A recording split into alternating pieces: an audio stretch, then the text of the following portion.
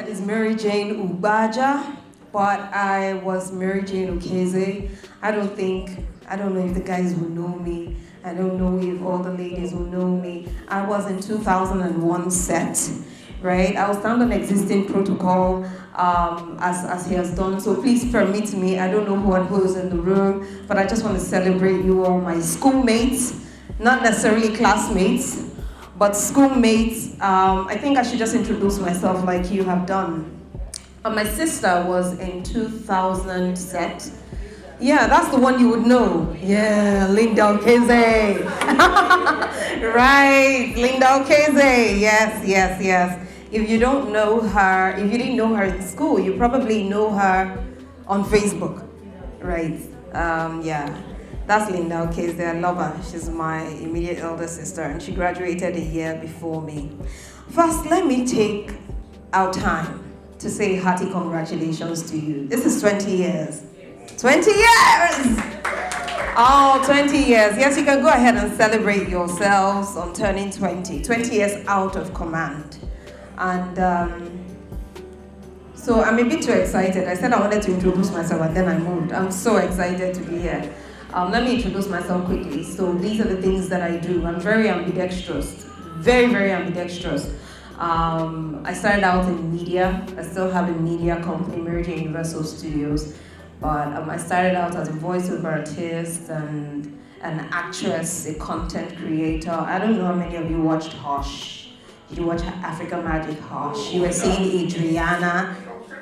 Adriana! There you go. Okay, you watch Tinsel, we were in Brenda's office, you watch Hustle, on Rock TV, one just came out. So yeah, that's my history in acting.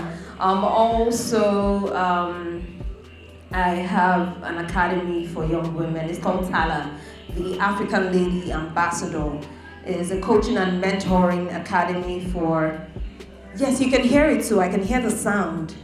Is it possible to just kill it, so that I can focus? I'll be grateful. Oh, okay, great. I hear myself. It's fine. I was saying, a coaching and mentoring academy for young, driven, purposeful ladies who really want to discover themselves, unlock their potential.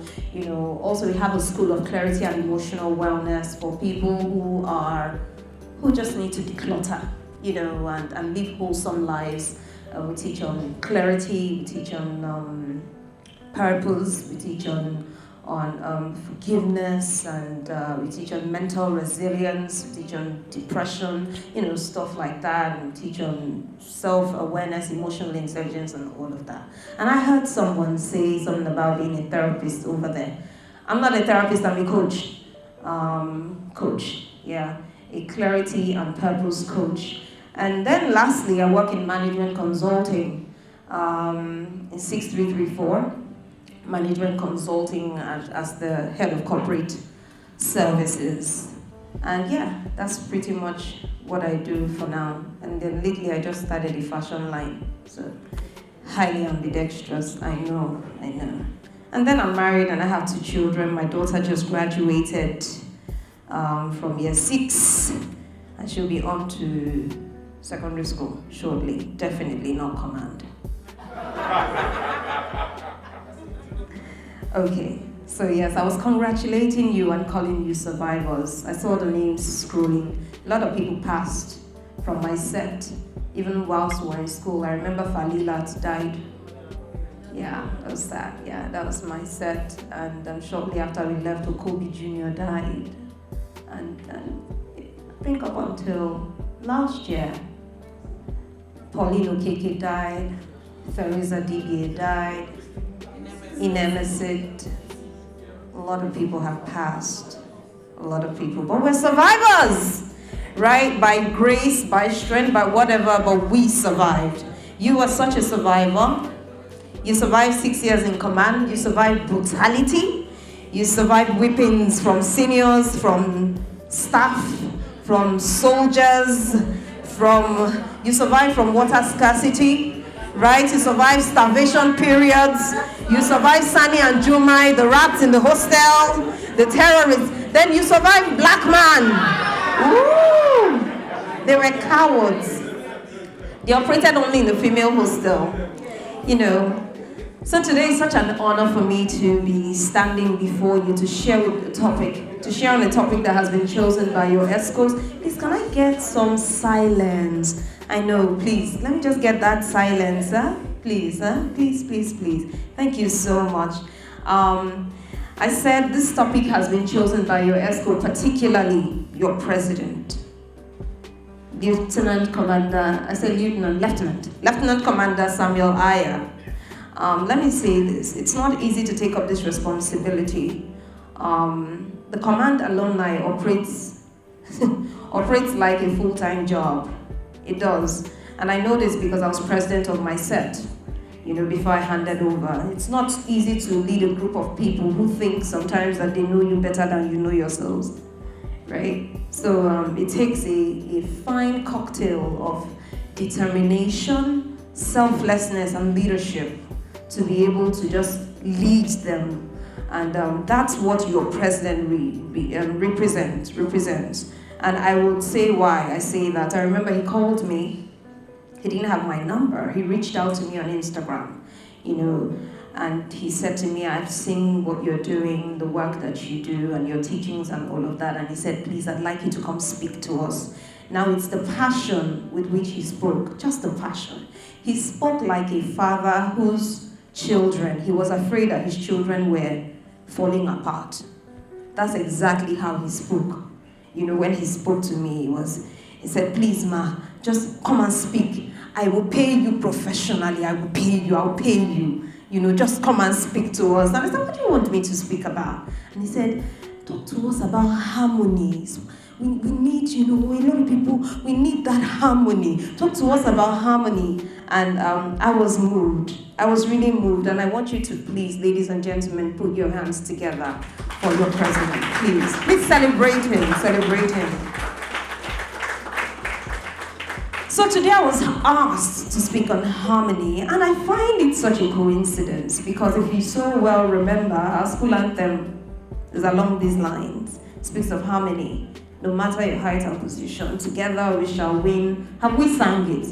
I'd like us to just sing it rather slowly and listen to the words of the song, and then I'll speak from there.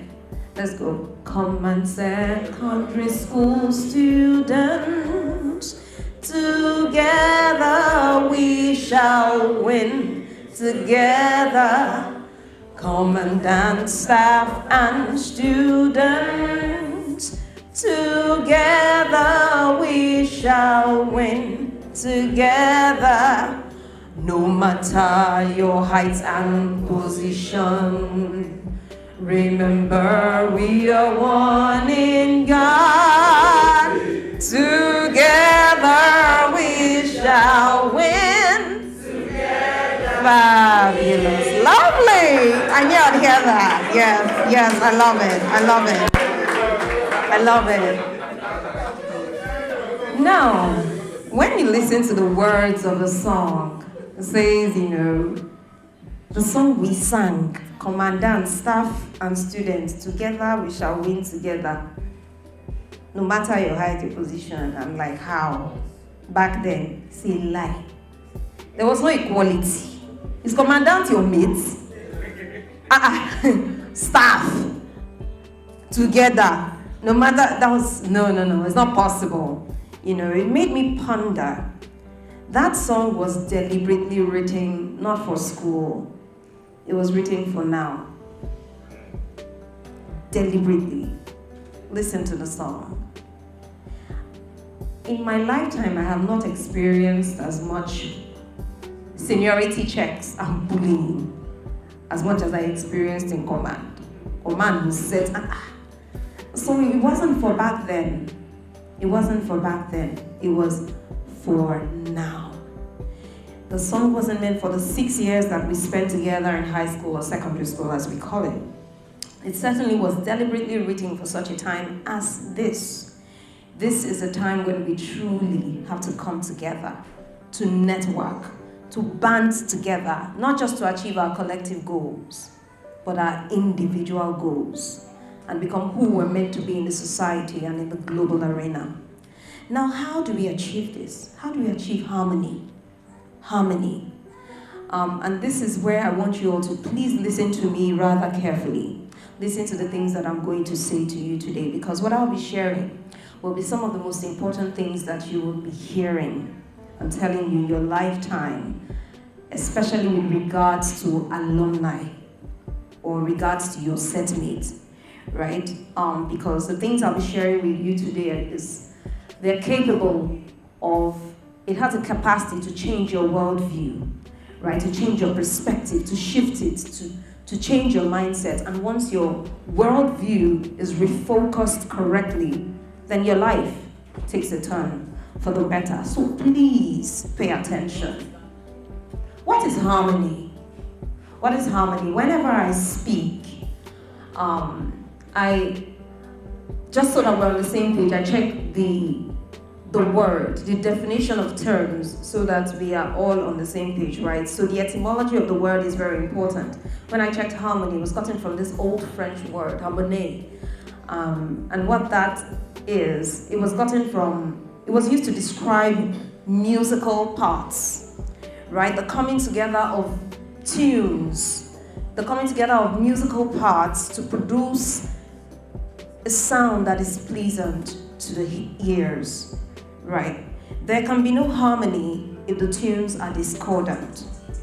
Now, what this means is that if you are in a band and you haven't mastered your part very carefully or very artfully, masterfully, should I wait for the sound?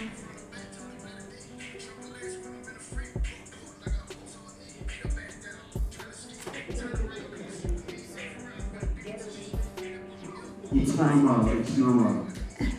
That's why you know the commandos. The command students. They can be stubborn. Just take it out. Just take it out, that's all. Okay, yeah, thank you. That was an interlude, a rap interlude. Right, so I was talking about harmony, and I said there can be no harmony if the tunes are discordant. And what this means is that if you are in a band together, such as this, or a musical band, right, and you are asked to go master your part, if you come to that band without having mastered your part, you'll be singing re when you're supposed to be singing do, right? And that would be an unpleasant sound, and really nobody really wants you in that band. Why? You haven't mastered your part, so you are not bringing value enough. Instead, you'll be pulling your band down, you will be disgracing them. Do you understand? that you'll be diminishing their effort? And I'm going to relate this to us. The first way to keep achieving harmony together as a group of people in the world is by mastering your own part in the world. Please listen. Master your part in the world. You must know what role you are called to play in the world and master it artfully. And it doesn't matter if you're a teacher, or a singer, or in the military, or a fashion designer, or a doctor, or a nurse, or an engineer, a technician. It doesn't matter that you're a school teacher. It doesn't matter that you're a painter, an actress, a sculptor. It doesn't matter that you are an automobile repairer or a mechanic, as we love to call it. It doesn't matter. It does not matter your height or your position. The only way you can sit at the table with the strong amongst you is by bringing value to the table and leveling up that value. You must master your part in the world in order to achieve harmony together. Now, how do you master your part? Some may ask me. It's a good question. The rule is growth. Growth. Growth. If you want to master your part and keep on collaborating as a group of people, you must try to grow at the same pace. Try to grow at the same pace. And I don't mean that you must grow financially and educationally together, No, definitely. That setting, it will not happen at the same time. Some people would hit it faster than the other. So that's not what I'm talking about. But I'm talking about growing in the right set of values. Right? Growing in the right set of values, growing your own career path, adopting the same outlook and prism to life. So Command brought us together, but Command did not necessarily, in fact, when Command brought us together after 6 years, Command pushed us out. So Command might have brought all of us together, but it's our values that will keep us all together. Two cannot work together except they be agreed. Birds of the same feather will what? Flock together. So you must seek to grow. Let me tell you what happens, because there are some of you here that are growth junkies. Some of you here want to grow, not just grow, soar, right? So what happens is that when some people grow and others choose not to grow, the ones who love growth, if they are kind and they have, the bandwidth, they will keep stringing others along. But I'm telling you, you are strong enough because you're maybe in your mid-30s and heading towards 40. But a time will come, responsibility, great responsibility will rest upon your shoulder. And the ones who love growth will want to soar. The thing with soaring is that even if you have the potential of an eagle, the eagle has the potential to soar. Even in the storm, you use the storm and you soar above, whatever wind. It uses the force of the storm to glide above it, and it stays above whatever storm. As other birds scurry off, the eagle is just fantastic like that. Even if you have the potential of an eagle to soar, if there's a stone, a weight tied around your neck or your leg, there will be only a limit. There will be only so high that you can fly. So you see, when these people who love growth keep stringing the ones who don't along, after a while, and hear it carefully, that weight has to go. At best, handouts. But to give you a seat at the table, to play in the same band will not be possible. It will not be possible. This is why you must seek to grow. So I was saying, I wrote a few things here. That if all that you can discuss when you come together is your past, how you jumped fence together, and the girls that you dated, the juniors you beat and the seniors that beat you, how you smuggled Indomie and contraband, and all your adventures, which are wonderful, it's not bad. But if this is mostly what binds you, trust me, it is not sustainable. It is not sustainable. You must go on your own to master your part in the world, so that regardless of what you are doing, you will bring equal value, and that value is what will keep you together. Let me give you an example, very practically. In my set, we have a mechanic. We do have a mechanic. I think he went to a polytechnic, but he's a mechanic, has his automobile shop. So after I joined, I didn't know about him until after I joined the alumni. And when I joined the alumni, he said, and as we like to do, we'll just call him up to get my card. So my husband knows him, right? And that's the thing. There's a mechanic amongst us. He's not just my contact. It becomes my spouse's contact. If he's good, it becomes my colleague's contact. If he's good, it becomes the contact of my colleague's spouse or my colleague's friend, and it just grows like that. Now, I don't want to tell you his story, but I will tell you that with every career path, there are golden opportunities. All you need to do is master that craft. Master it. I remember our own mechanic. But he's not a mechanic. It's so hard to call him a mechanic. El Shaddai is what we call him, because that was the name of his automobile. When we were growing up, he became like our mechanic, but because he was so good, he became our car dealer. So he grew from having a mechanic shop. My dad used to be car freak, had cars. So this guy became a car dealer because he was so good. Started bringing in cars for my dad, and then of course for other people, right? Right now, El Shaddai is in America. He became a big guy. He even used to tip us when he was in Nigeria.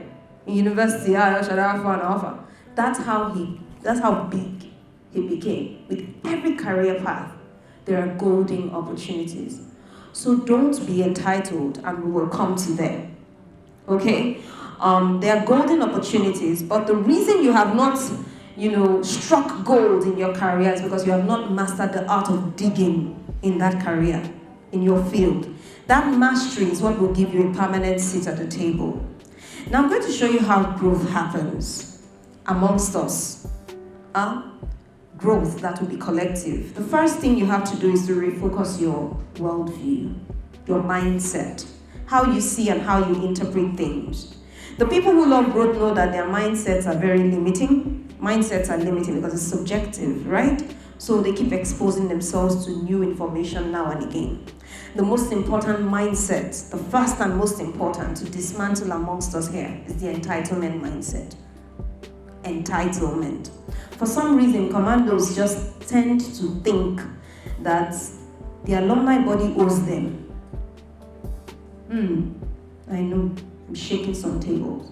Somehow, commandos just tend to think that their classmates, the sets before them and after them, somehow, once you're commando, you owe them. And I've been curious about this to ponder, just to think, to say, why? Why does it happen? I think, because it's not just Command Lagos. I have friends from, other commands, really, borders. And it's the same thing with their alumni. And, just thinking about it really deeply, I think that it's something that comes from a place of suffering together. We suffered together. It's an emotional thing, right? It comes from a place of suffering and physical growth. I saw you when you were wearing shorts that was torn. And I saw you till SS3. I've known you for 6 years. I know you better than you know yourself, sort of thing. So I think it comes from that place of suffering. We suffer together. And when you suffer together and survive, or you come through, what happens is that you feel a sense of belonging and camaraderie, right, with each other. And there's a tendency to want to chart a course together. That's the tendency.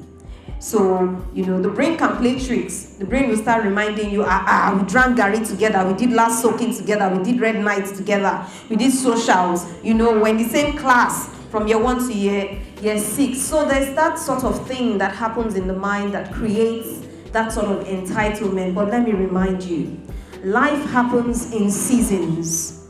The time that we spent in command, from year 1 to year 6, or people who spend 5, 4, 3 years, how many years? Life brought you together that 6 years, but life did not keep you there. Life pushed you out, right? Pushed you out into different places. So if you decide to stay together, it is not a compulsion. There are some of your mates that are alive that you would never see again. They don't want to be part of the alumni. They don't want to be part of it.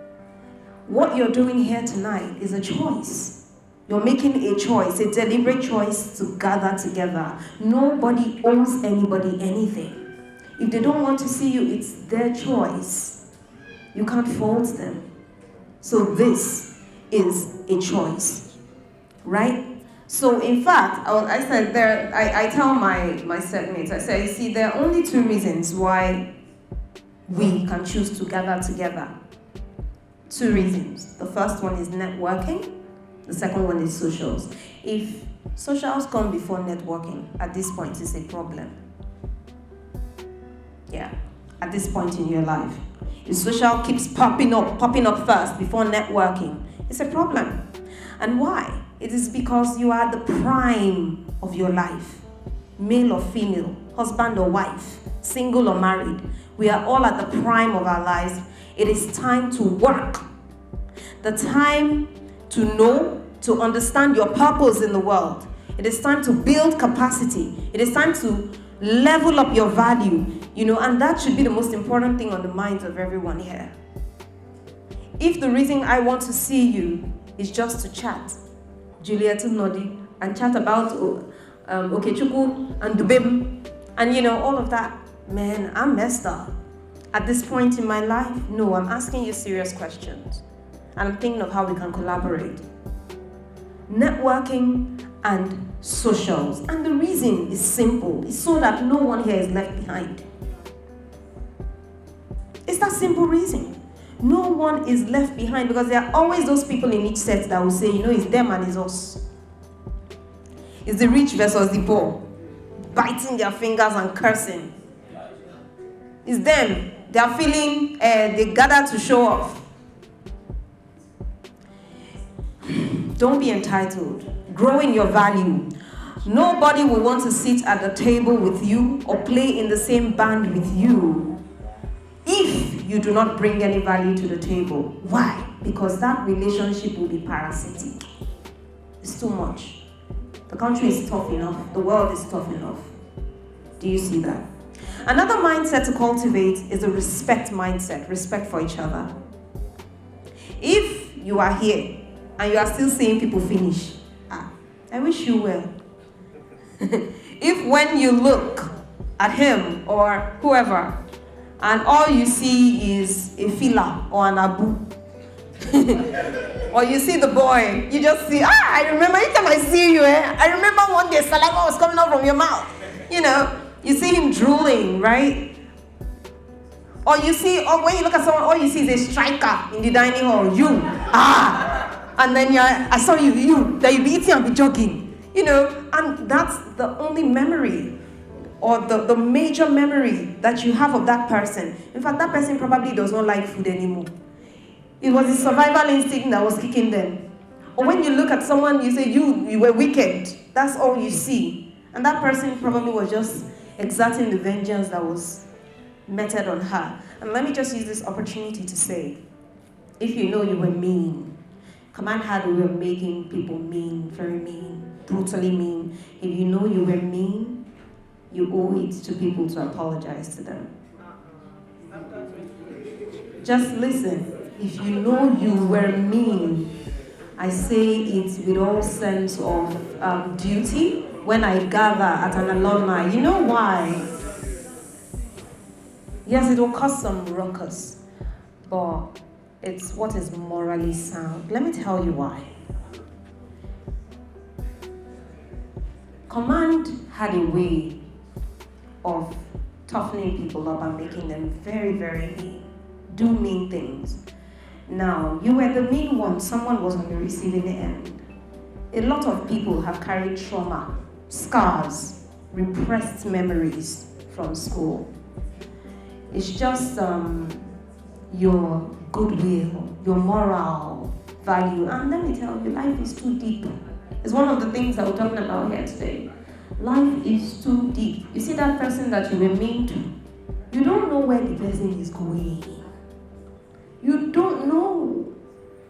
I'm sorry, they kill anybody.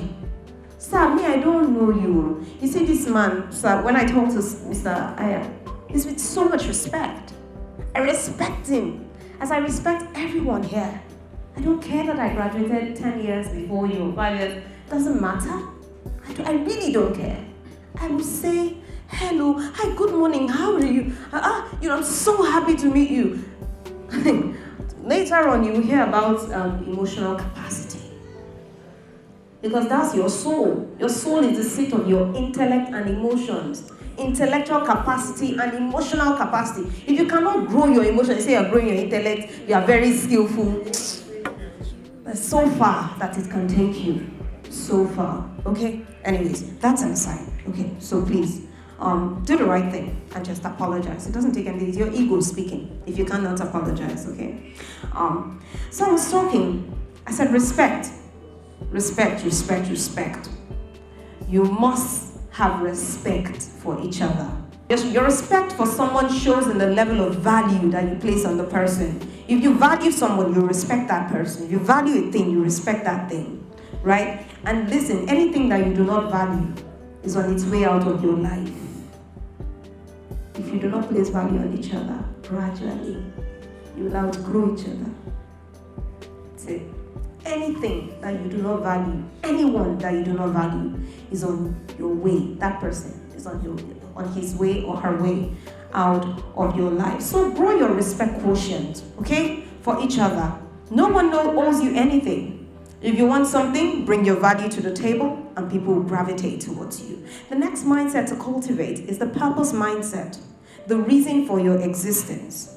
If you do not know why you are here, then you will go around in circles, you will waste your time doing nothing and doing everything and finding pleasure, not finding pleasure or fulfillment. Purpose keeps you grounded and purpose keeps you less intimidated. Some people are not here today because they are intimidated. They haven't found themselves. This is what I deal with, young women who are suffering serious identity crisis. It's the same thing with the men. They haven't found themselves yet, and it has nothing to do with money. There might be some school teachers amongst you, and there might be some crazy rich people, and they'll sit on the same table and have great conversations. Why? I'm in my purpose. I'm in the place where I know that I should be. All right? So you must discover your purpose. It keeps you grounded, and it comes with a level of self-awareness. If you're aware of yourself, you will accept yourself, and you will confer a good measure of self-worth on yourself. And your self-worth is visible. Self-worth is visible. And guess what? Self-worth is attractive. People will gravitate towards you. Okay? So when you, it's the same as finding your path, like I say, and mastering your path. When you do so, you attract people and you achieve harmony with them. What do I hope you gain from today's talk, today's conversation? I hope that you understand what it means to grow, and you understand that growth is a function of quality diet. Quality diet speaks to the prosperity of your soul, and the degree to which you prosper in the world is the degree to which your soul prospers. You cannot prosper beyond how fat your soul is. You prosper as your soul prospers, is what it is. And what is your soul? Your soul is simply the seat of your intellect and your emotions. Intellectual capacity, emotional capacity, your skill, your expertise, what you bring to the world.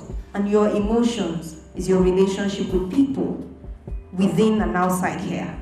So sharpen your skill. Build expertise. Don't play small. Don't cut corners. It will catch up with you. You cannot cheat life. Seek to grow by putting in the work one brick at a time. Network within this space and network outside this space. Don't cheat yourselves. Don't cheat yourselves. I don't know about this set, but that happens a lot in my set. Someone borrows money or takes advantage of someone's skill and all those funny things. Don't cheat yourselves. When you do so, you shut the door. When you shut the door of a relationship, man, that's the end of all the opportunities that could have come from that space down.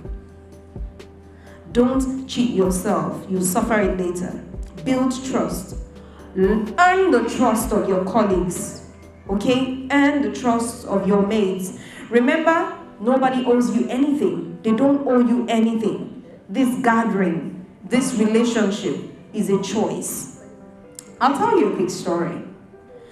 I said earlier that somehow I happen to have friends from Command Kaduna, from Command Ibadan, from Command Abakaliki. In fact, my colleague was in Command Abakaliki. He's an alumni, and the alumni is a very big deal. Command alumni are usually over the top. In fact, my own set, during my set, they insisted that they wanted to register CAC. I said, okay, is that what you want? They say, okay. So CAC is an association, so it's usually a very big deal. But I'll tell you a quick story. My colleague who went to Command Abakaliki was just last week by the way, was telling me of what happened in their general alumni. And it was a case between the Gen Z sets, the guys in their 20s, and then the older sets, right? And the Gen Z sets were making a case against the older ones, saying that they were not being helped. They were not giving them opportunities. And they just felt that these ones were in a position to help them, and that was their job.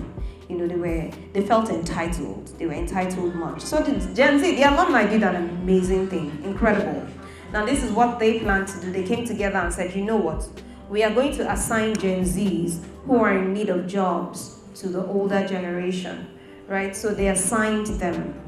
So this 25-year-old young man was assigned to my friend, right?